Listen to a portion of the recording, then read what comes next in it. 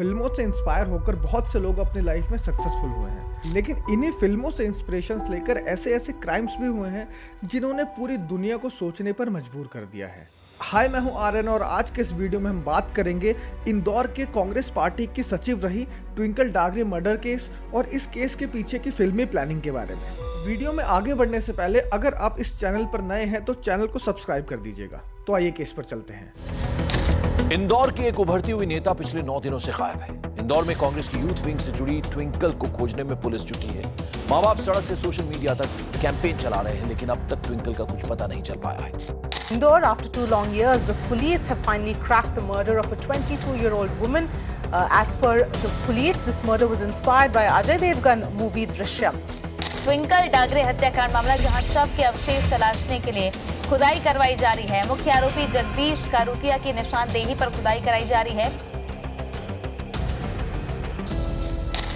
22 साल की ट्विंकल डागरे एक दिन अचानक घर से गायब हो जाती है। ट्विंकल कहाँ है, किसके साथ है, किस हाल में है, ये बात किसी को मालूम नहीं थी। पड़ोसी, दोस्तों, रिश्तेदारों से पता किया जाता है, लेकिन ट्विंकल के बारे में किसी को भी कोई जानकारी नहीं थी। राजनीति में ट्विंकल का नाम काफी अच्छा खासा हो चुका था। साथ ही सिर्फ इतना जानना काफी होगा कि सिर्फ 22 साल की उम्र में वो इंदौर के कांग्रेस पार्टी की सचिव बन चुकी थी। 16 अक्टूबर 2016 का दिन था। पूरा दिन परिवार वालों ने ट्विंकल को ढूंढने में लगा दिया था, लेकिन कहीं से भी ट्विंकल के बारे में कुछ पता नहीं चला था। जिसके बाद हार कर ट्विंकल के घर वालों ने पुलिस को इस बात की जानकारी दे दी। इन्वेस्टिगेशन प्रोसीजर के अकॉर्डिंग सबसे पहले पुलिस ने ट्विंकल के कॉल रिकॉर्ड्स निकाले, जिसमें उन्हें पता चला कि ट्विंकल की लास्ट लोकेशन इंदौर के बरनावर नाम की जगह पर थी। पर सवाल ये था कि घर से इतनी दूर बरनावर में ट्विंकल कर क्या रही थी। ट्विंकल के परिवार वालों से पता चलता है कि ट्विंकल का फियांसे यानी कि मंगेतर बरनावर में ही रहता था। पुलिस बिना देरी किए बरनावर में अमित के घर पहुंचती है, लेकिन वहां पहुंचकर पता चलता है कि ट्विंकल वहां पर नहीं है। अमित पुलिस को बताता है कि ट्विंकल से उसकी लास्ट टाइम बात 15 अक्टूबर को हुई थी और अमित के कॉल डिटेल्स वेरीफाई करने के बाद पता चलता है कि अमित सच कह रहा था। जिसके बाद पुलिस को बरनावर से खाली हाथ लौटना पड़ता है। जहां एक तरफ न्यूज़पेपर्स में ट्विंकल की गुमशुदगी को लेकर रोज एक नई खबर छप रही थी, वहीं दूसरी तरफ पुलिस के हाथ कोई भी ऐसी लीड नहीं लगी थी जिससे पता चल सके कि ट्विंकल है कहां। अभी ये सब चल ही रहा था कि पुलिस को एक अनोनिमस टिप मिलती है। पुलिस को मिली उस टिप के अकॉर्डिंग ट्विंकल के अपने घर वालों के साथ रिश्ते कुछ खासे अच्छे नहीं थे। आए दिन ट्विंकल और उसके माता पिता के बीच में झगड़े हुआ करते थे।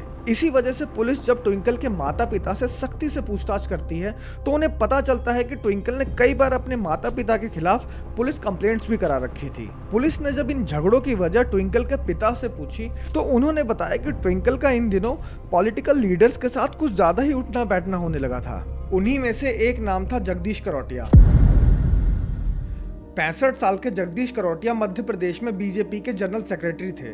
बीजेपी उस वक्त पावर में थी और काफी पावर जगदीश करोटिया के हाथ में भी थी। पुलिस को पता चलता है कि जगदीश करोटिया और ट्विंकल डागरे के बीच संबंध काफी अच्छे थे। यहाँ तक कि जगदीश करोटिया के ही कहने पर ट्विंकल ने बीजेपी छोड़कर कांग्रेस पार्टी ज्वाइन की थी और ट्विंकल को इतनी कम उम्र में सेक्रेटरी की पोजीशन जगदीश के कहने पर ही मिली थी। अब बारी थी जगदीश करोटिया से पूछताछ करने की। पुलिस को जगदीश करोटिया ने बताया कि उन्होंने बहुत लंबे समय से ट्विंकल को नहीं देखा है और उन्हें याद भी नहीं है कि कब लास्ट टाइम ट्विंकल उनसे मिलने आई थी। लेकिन जगदीश करोटिया के बेटे ने पुलिस को बताया कि ट्विंकल का उसके फोन पर एक मैसेज आया था जिसमें उसने लिखा था कि उसका उसके माँ बाप से झगड़ा हो गया है और वो घर छोड़कर हमेशा के लिए जा रही है। लेकिन उस मैसेज का भी कोई फायदा नहीं था क्योंकि पुलिस पहले ही ट्विंकल के माँ बाप से बात कर चुकी थी। पुलिस इस केस में स्ट्रगल कर ही रही थी कि पुलिस को एक और टिप मिलती है। उस टिप में बताया जाता है कि जगदीश करोटिया ने अपने फार्म हाउस में एक लड़की की लाश को दफनाया हुआ है। पुलिस बिना टाइम गंवाए जगदीश के फार्म हाउस पर पहुंच जाती है और बताती है कि वो वहां पर एक गड्ढा खोदने जा रही है। जगदीश करोटिया इस बात का विरोध भी करता है, लेकिन पुलिस बिना झिझके अपना काम करती रहती है। पुलिस को मिली जानकारी के मुताबिक जो जगह बताई गई थी वहां पर खुदाई शुरू की जाती है और कुछ ही देर बाद पुलिस को वहां पर कुछ हड्डियां दिखाई देती हैं, जिससे वहां पर सन्नाटा छा जाता है। पुलिस को लगने लगा था कि उन्होंने ये केस सॉल्व कर लिया है, लेकिन ऐसा नहीं था। मौके पर पहुंची फॉरेंसिक टीम ने बताया कि ये हड्डियां किसी इंसान की नहीं बल्कि एक कुत्ते के कंकाल की है। इस बारे में पूछताछ करने पर जगदीश करोटिया ने बताया कि ये लाश उनके कुत्ते की थी और उन्होंने म्युनिसिपल कॉर्पोरेशन से लोगों को बुलवाकर इस गड्ढे को खुदवाया था। ये कुत्ते की लाश वाला इंसिडेंट पुलिस टीम की इंसल्ट थी, जिसके बाद पुलिस टीम जगदीश करोटिया से माफी मांगकर वहां से वापस लौट आती है।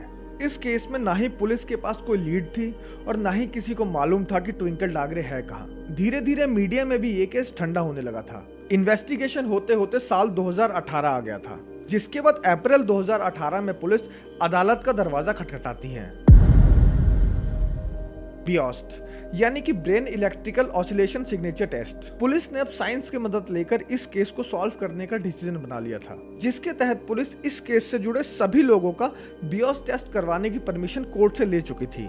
पुलिस के शक के घेरे में थे जगदीश करोटिया और उनके दोनों बेटे, ट्विंकल के माता पिता और ट्विंकल का मंगेतर अमित। ये टेस्ट हैदराबाद की एक लैब में शुरू किया जाता है। सबसे पहले ट्विंकल के मंगेतर अमित का टेस्ट हुआ, लेकिन उससे कुछ हासिल नहीं हुआ, वो सच बोल रहा था। उसके बाद ट्विंकल के माता पिता का टेस्ट होता है, पर ये दोनों भी निर्दोष पाए जाते हैं।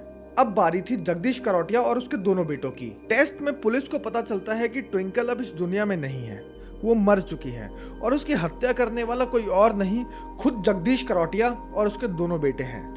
65 साल के जगदीश करोटिया 22 साल की ट्विंकल डागरे को अपना दिल दे बैठे थे। ट्विंकल डागरे भी जगदीश करोटिया से शादी करके उनके घर में रहना चाहती थी। ट्विंकल ने शायद अंजाम की परवाह नहीं की होगी, लेकिन अंजाम बेहद भयानक होने वाला था। शुरुआती दिनों में जगदीश करोटिया को इस रिश्ते से कोई प्रॉब्लम नहीं थी, लेकिन बहुत जल्द उसे लगने लगा था कि ट्विंकल अब गले पड़ने वाली है, जिसका नेगेटिव इम्पैक्ट शायद जगदीश करोटिया की पॉलिटिकल इमेज पर पड़ सकता था और शायद यहीं से ट्विंकल को रास्ते से हटाने की प्लानिंग शुरू कर दी गई थी। 16 अक्टूबर यानी कि जिस दिन ट्विंकल लापता हुई थी, उस दिन जगदीश ने ही उसे मिलने के लिए बुलाया था। जगदीश करोटिया ने ट्विंकल को बताया कि वो उसके लिए एक नया घर खरीद रहा है और वो चाहता है कि घर खरीदने से पहले ट्विंकल एक बार आकर उस घर को देख ले। दूसरी तरफ जगदीश करोटिया और उसके दोनों बेटे ट्विंकल का गाड़ी में इंतजार कर रहे थे। ट्विंकल जब गाड़ी में बैठती है तो जगदीश करोटिया अपने दोनों बेटों के साथ रस्सी से गला घोटकर ट्विंकल की हत्या कर देता है। अब बारी थी ट्विंकल की लाश को ठिकाने लगाने की। जगदीश और उसके दोनों बेटों के साथ एक आदमी और था जो इस क्राइम में इन्वॉल्व था और उसका नाम था नीलेश। प्लान था कि ट्विंकल को मारने के बाद ट्विंकल की लाश को नीलेश के खेत में फेंक दिया जाएगा, लेकिन टाइम आने पर नीलेश बैक स्टेप कर जाता है, जिसके बाद ट्विंकल की लाश को ठिकाने लगाने के लिए अजय देवगन की फिल्म दृश्यम से इंस्पायर होकर एक नया प्लान बनाया जाता है। ट्विंकल की लाश को एक कपड़े में लपेटकर जगदीश के फार्म हाउस लाया जाता है। फिर अगली सुबह म्युनिसिपल कॉर्पोरेशन में फोन करके कहा जाता है कि हमारे यहाँ एक कुत्ता मर गया है। म्युनिसिपल कॉर्पोरेशन से लोग आकर गड्ढा खोदते हैं और वहां से चले जाते हैं, जिसके बाद ट्विंकल की लाश को उस गड्ढे में डालकर आग के हवाले कर दिया जाता है। आग में ट्विंकल की बॉडी को जलाने के बाद बचे हुए टुकड़े और राख को गड्ढे से निकाला जाता है और फिर दूर किसी नाले में फेंक दिया जाता है, जिसके बाद गड्ढे की अल्कोहल से सफाई करने के बाद उस गड्ढे में कुत्ते की लाश को गाड़ दिया जाता है। बियोस टेस्ट के बाद ये केस परत दर परत खुलता चला गया और पुलिस के सामने कई नई चौंकाने वाली बातें आई। इन्वेस्टिगेशन के दौरान मिली पहली अनोनिमस टिप, जिसमें बताया गया था कि ट्विंकल डागरे ने अपने माँ बाप के खिलाफ पुलिस कंप्लेन कराई है। वो टिप और किसी ने नहीं बल्कि पुलिस का ध्यान भटकाने के लिए जगदीश करोटिया के बेटे ने दी थी। दूसरा वो मैसेज जो पुलिस को दिखाया गया था, जिसमें ट्विंकल ने लिखा था कि वो अपना घर छोड़कर जा रही है, वो मैसेज जगदीश करोटिया के बेटे ने ही लिखा था। ट्विंकल के माँ बाप की माने तो उन्होंने ट्विंकल को समझाने की बहुत कोशिश की थी, लेकिन अगर ट्विंकल ने अपने माँ बाप की बात मान ली होती तो शायद आज वो जिंदा होती। आपका इस बारे में क्या मानना है, कमेंट करके जरूर बताएं। और अगर आपको ये वीडियो अच्छी लगी हो तो वीडियो को लाइक, शेयर और चैनल को सब्सक्राइब करना ना भूलें।